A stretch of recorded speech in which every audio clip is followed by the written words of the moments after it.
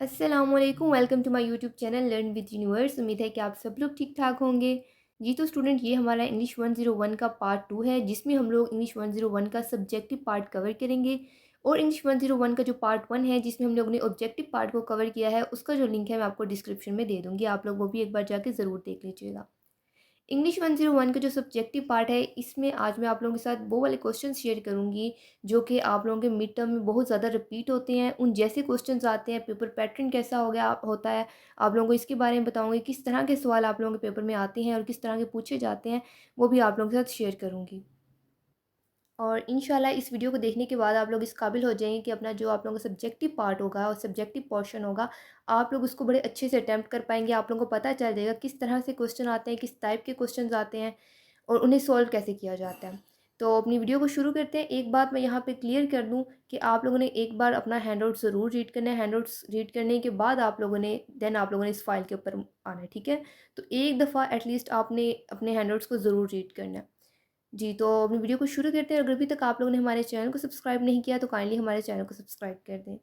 जी, तो सबसे पहला पास्ट पेपर है, उसमें जो सबसे पहला क्वेश्चन है आप लोगों के पास वो ये है कि what is the purpose of table in a text. कि आपने बताना है कि टेक्स्ट में जो टेबल का क्या पर्पज़ होता है, कि हम लोग टेक्स्ट में टेबल को क्यों यूज़ करते हैं। आंसर इसका, in a text table contain column and rows. कि टेबल जो होता है उसमें रोज़ होते हैं, कॉलम होते हैं, और उनमें हर कॉलम और हर रो का हैव अ यूनिक वैल्यू। उसकी यूनिक वैल्यू होती है हर टेबल और कॉलम की, रो और कॉलम की। एंड प्रॉपर्टीज़, और जो यूनिक प्रॉपर्टीज़ होती हैं through which data can be handled easily, जिसके ज़रिए हम लोग डेटा को ईजिली हैंडल कर सकते हैं, उसको ईजिली मैनेज कर सकते हैं। To manage and update easily, उसे मैनेज कर सकते हैं, उसको ईजिली अपडेट कर सकते हैं। सॉर्टिंग ईजिली, उसे ईजिली सॉर्ट कर सकते हैं। टू असेस रेडली, और आसानी से हम लोग असेस कर सकते हैं। तो बस यही था पर्पज़ टेबल का टेक्स्ट में इस्तेमाल करने का। उम्मीद है आप लोगों को समझ आ गई होगी। नेक्स्ट हमारे पास क्वेश्चन है, rewrite the sentence given below keeping in mind that your new sentence should be well written and should have essentially the same meaning as the sentence given. आप लोगों ने सेंटेंस को एक दफ़ा लिखना है और आपने अपने माइंड में ये रखना है कि आप जब इस सेंटेंस को दोबारा से री राइट करें उसको, तो उसका जो सेंटेंस है, उसका जो मीन है, आप लोगों के पास सेम आना चाहिए। री राइट कैसे करना है कि हमारे पास सेंटेंस क्या है कि having no air conditioning her apartment is very hot. कि एयर कंडीशनिंग ना होने की वजह से उसका अपार्टमेंट बहुत ज़्यादा गर्म है। तो अब आप लोगों ने री राइट कैसे करना है कि rewrite beginning with her apartment is very hot by it being no air conditioning. कि बाय इट बीइंग आपने लगाना है। बाय इट बीइंग का मतलब यही होता है कि ना, इसके ना होने से। तो लाइन ये थी कि एयर कंडीशनिंग ना होने की वजह से, कि हैविंग नो एयर कंडीशनिंग, के एयर कंडीशनिंग ना होने की वजह से इसका अपार्टमेंट गर्म था। और by being no air conditioning से मुराद है कि एयर कंडीशनिंग ना होने से इसका अपार्टमेंट गर्म है। दोनों के देखें आप मीन सेम आ रहे हैं, इसीलिए हैविंग नो एयर की जगह हम लोग बाय बीइंग यूज़ कर सकते हैं, तो इसका सेंटेंस सेम आएगा। इसलिए ऑप्शन नंबर जो सी है आप लोगों के पास ये करेक्ट है। नेक्स्ट हमारे पास क्वेश्चन किस तरह से आएगा कि आप लोगों के पास क्वेश्चन है, एट द करेक्ट सफिक्स। मैंने आप लोगों को पहले ही बताया था पार्ट 1 में, ऑब्जेक्टिव के पार्ट जब मैं करवा रही थी, कि आप लोगों के पास सफिक्स और प्रीफिक्स के शॉर्ट क्वेश्चन भी आते हैं। तो यहाँ पे अब 3 नंबर का आप लोगों के पास सफिक्स का क्वेश्चन आया, और आपके पेपर में भी सफिक्स आ सकते हैं क्योंकि ये बहुत ज़्यादा रिपीट होता है क्वेश्चन आपका मिड टर्म में। तो इधर क्या क्वेश्चन है कि add the correct suffix to the highlighted word in each sentence. कि आपने हर जो हाइलाइटेड वर्ड है उसके आगे सफिक्स को ऐड करना है। फर्स्ट क्या है, you will not be permit to swim with the hawk sharks. ED आएगा कि ई आर आएगा, तो परमीटर कोई वर्ड नहीं होता, परमिटेड आएगा। ऑप्शन नंबर जो इसमें आप लोगों के पास ना ऐसे क्वेश्चन आया होगा, 3 आप लोगों को स्टेटमेंट दी होंगी, तो आप लोगों ने आंसर में उसको बस स्टेटमेंट लगा के आगे जो करेक्ट ऑप्शन होगा वो लगा देना है, ठीक है। तो इसका जो ऑप्शन नंबर आएगा ईडी आएगा। नेक्स्ट है, the old road has to be repaved. तो the old road has to be repaved आएगा, ईडी आएगा, आईएनजी नहीं आएगा। यहाँ पे हैज़ हैव यूज़ हो रहा है, तो हैज़ हैव के साथ हमेशा थर्ड फॉर्म लगती है, तो रीपेव्ड आएगा।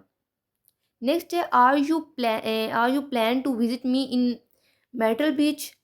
अब आपने बताना है कि यहाँ पे क्या आएगा, आर के साथ हमेशा फर्स्ट फॉर्म और आईएनजी का इजाफा होता है, इसीलिए are you planning to visit me. So option number जो आप लोगों का बी है यहाँ पे, ये इसका आईएनजी करेक्ट है। तो आप लोगों ने सफिक्स ऐड करने होते हैं लास्ट पे, प्रीफिक्स इसी तरह से आ जाए तो आपने उनको स्टार्ट में करना है, आगे प्रीफिक्स वाले क्वेश्चन भी आएंगे, ठीक है। उम्मीद है आप लोगों को इसकी समझ आ गई होगी। नेक्स्ट मूव करते हैं। नेक्स्ट क्वेश्चन आप लोगों के पास है, write the prefix in the blank to make negative form of the objective. अब आप लोगों ने फिर से प्रीफिक्स ऐड करने हैं, सॉरी यहाँ पे हमने सफिक्स ऐड करने थे, अब यहाँ पे हमने प्रीफिक्स ऐड करने हैं। प्रीफिक्स ऐड करने हैं और आप लोगों ने नेगेटिव फॉर्म बनानी है। तो हमारे पास फर्स्ट सेंटेंस क्या है, the new house is not dash similar to our old one except that it's a bit bigger. तो आप लोगों ने यहाँ पे सिमिलर के साथ ऐसा प्रीफिक्स लगाना है कि आप लोगों का जो फॉर्म है, आप लोगों की सेंटेंस है, वो जो नेगेटिव बन जाए।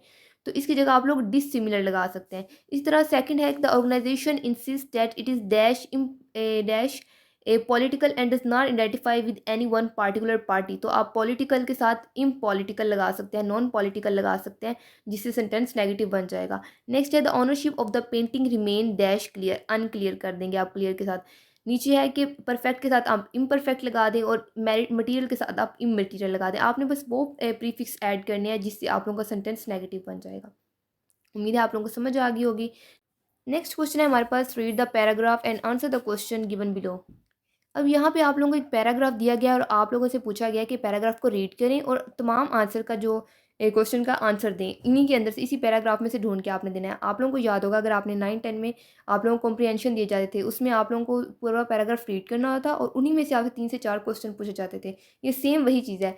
तो आप लोगों के पास क्वेश्चन, आप लोगों को पैराग्राफ दे दिया है, आप लोगों से यहाँ पे 3-4 क्वेश्चन कर लेंगे। सेम आपका पेपर में भी ऐसे ही आएगा। 3 आप लोगों से ये मस्ट क्वेश्चन आएगा, ये वाला। ये क्वेश्चन आपका पेपर में मस्ट आएगा कि ये वाला जो क्वेश्चन है ना, कॉम्प्रिहेंशन या पैराग्राफ वाला, ये आपका लॉन्ग में ज़रूर पूछा जाता है और आप लोगों के पेपर में भी ज़रूर आएगा। लिखने वाला बहुत कम पेपर आता है, मोस्टली आप लोगों के ट्रू फॉल्स होते हैं। उसके अलावा आप लोगों के पास इस तरह के कॉम्प्रिहेंशन आ जाते हैं, प्रीफिक्स सफिक्स आ जाते हैं। उसके अलावा आप लोगों के फैक्ट और ओपिनियन पूछे जाते हैं, वो आगे आ चल के आपके पास क्वेश्चन आएंगे।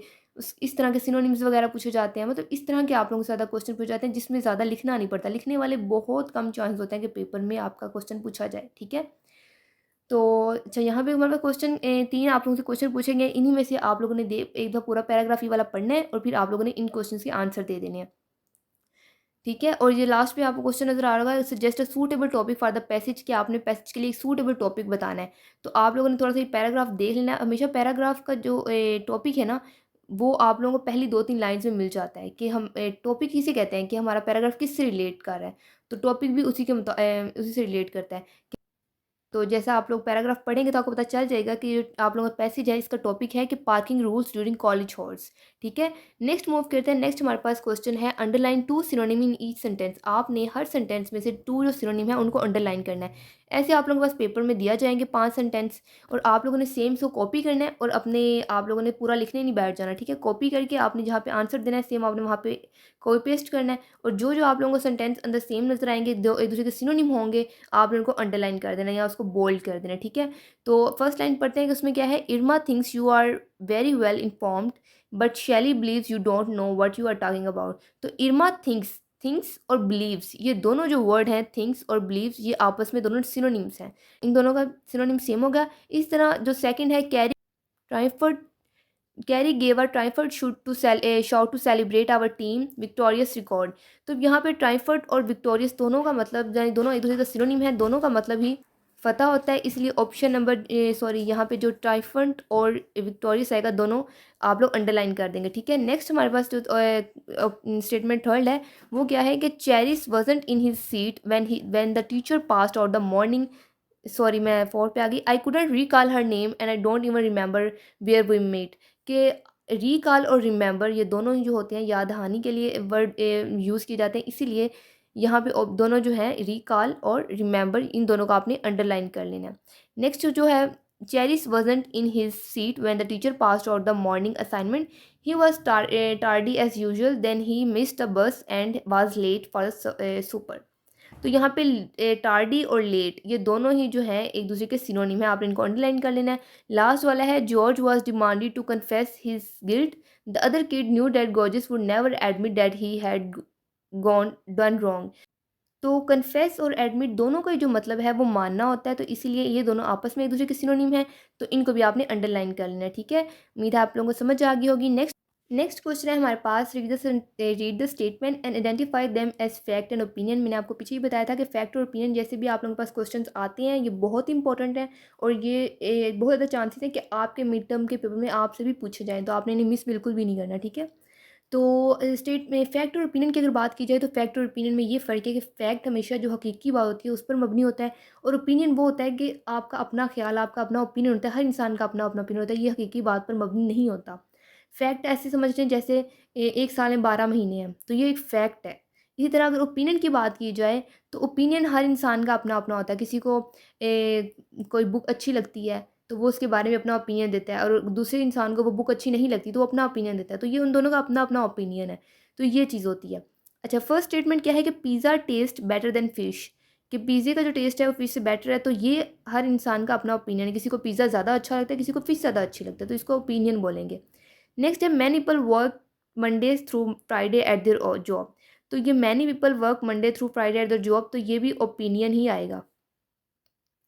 नेक्स्ट है before electricity many people burn candle to give them light, कि इलेक्ट्रिसिटी से पहले पहले कि इलेक्ट्रिसिटी से पहले बहुत सारे लोग कैंडल्स चलाते थे लाइट के लिए। तो ये फैक्ट है। इलेक्ट्रिसिटी बाद में आई थी, उससे पहले कैंडल्स ही जलती थी।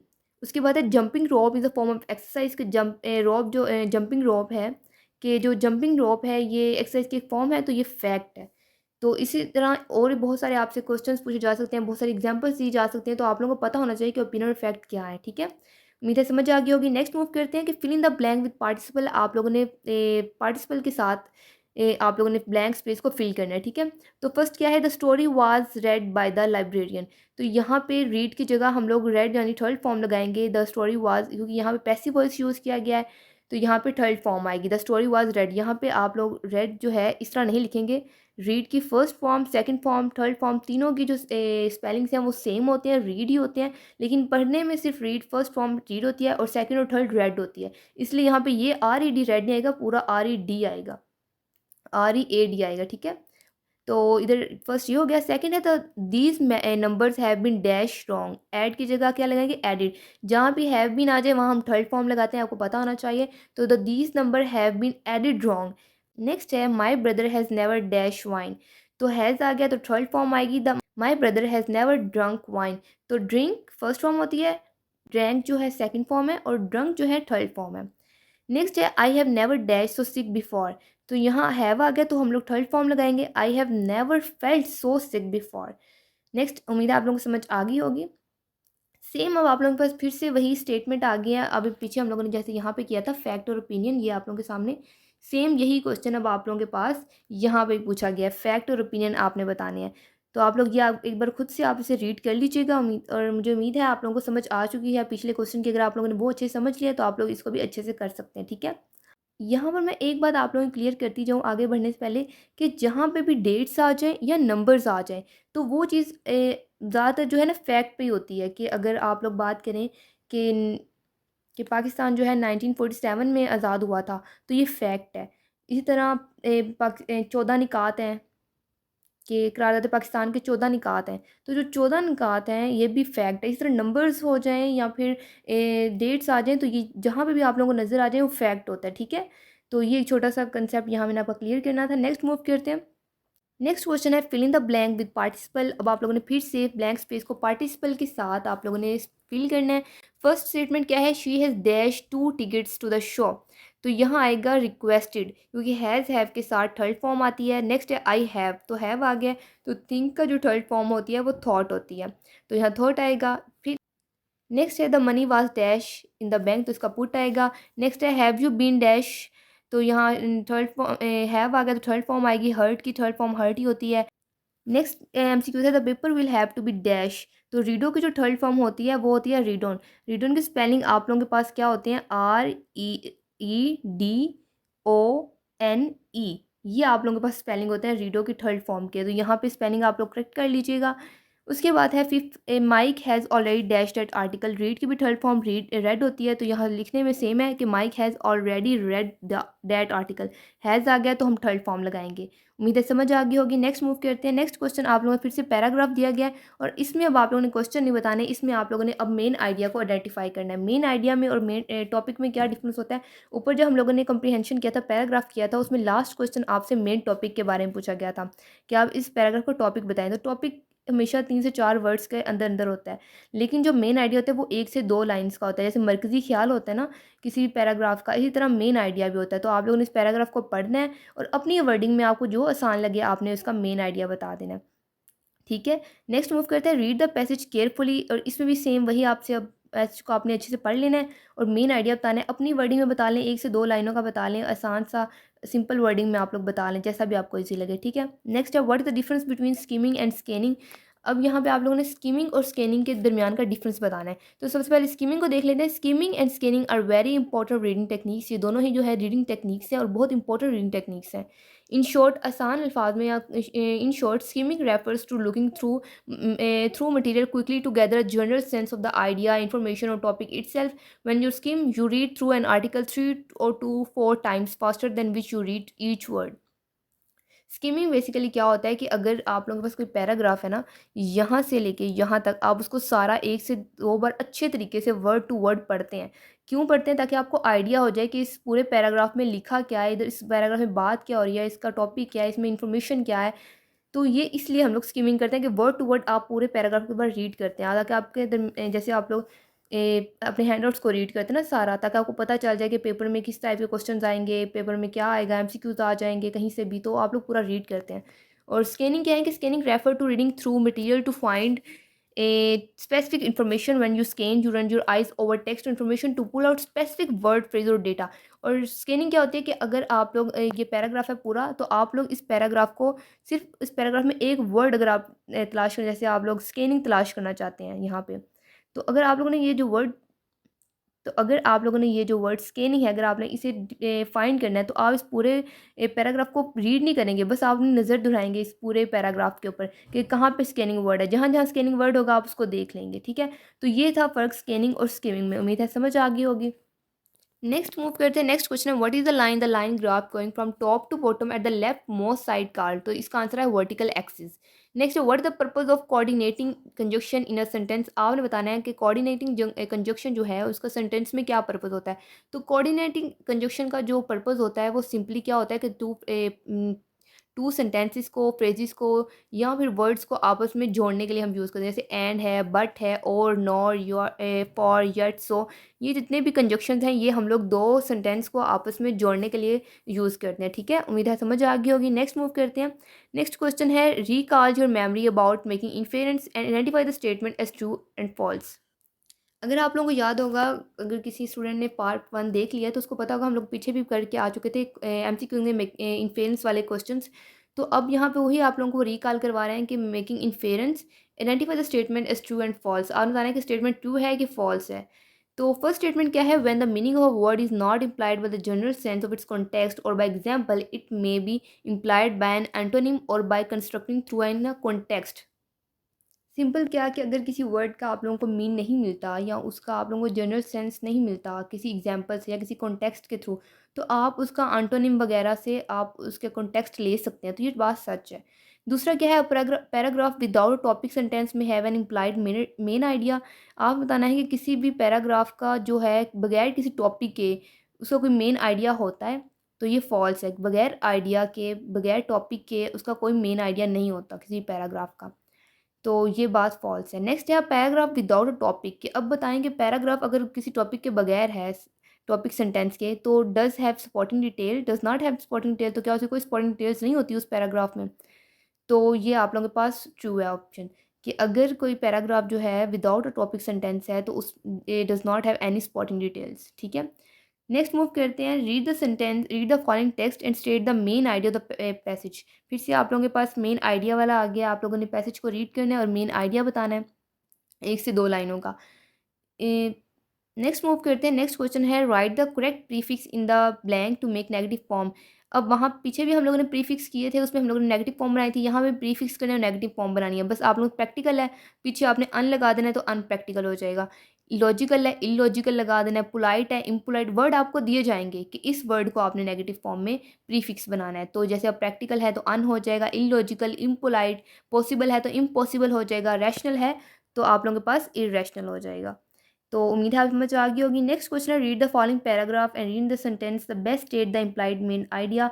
फिर से आपने इस पेज को रीड करना है और मेन आइडिया बताना है। मैं आपको बार बार कह रही हूँ, एक लॉन्ग क्वेश्चन आपका ज़रूर आएगा मेन आइडिया वाला, तो आपने इसको ध्यान से समझ के जाना है और अच्छे से करके जाना है। काफ़ी ये भी कुछ 3-4 तो इसी आप लोगों के पास 3-4 तो पैराग्राफ आप लोगों को मैंने भी दिखा दिए हैं, तो आप लोगों ने इनको भी ध्यान से देख लेना है। इसके अलावा भी आप लोगों ने देख लेना है पास्ट पेपर्स में से कि कौन से ज़्यादातर पैराग्राफ आ चुके हैं पहले। मोस्टली चांसेस होते हैं कि जो आप लोगों के पास्ट पेपर में पूछे जाते हैं पैराग्राफ वही रिपीट हो जाते हैं, ठीक है।